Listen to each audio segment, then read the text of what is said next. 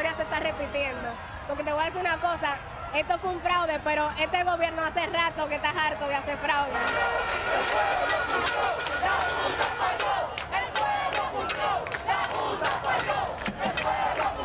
Como ciudadanos y jóvenes del relevo generacional de República Dominicana, lo que estamos diciendo es que el que engaña a uno 2 veces ya no es un sinvergüenza, sinvergüenza es el que se deja engañar. Aquí hay que movilizarse de manera pacífica pero contundente.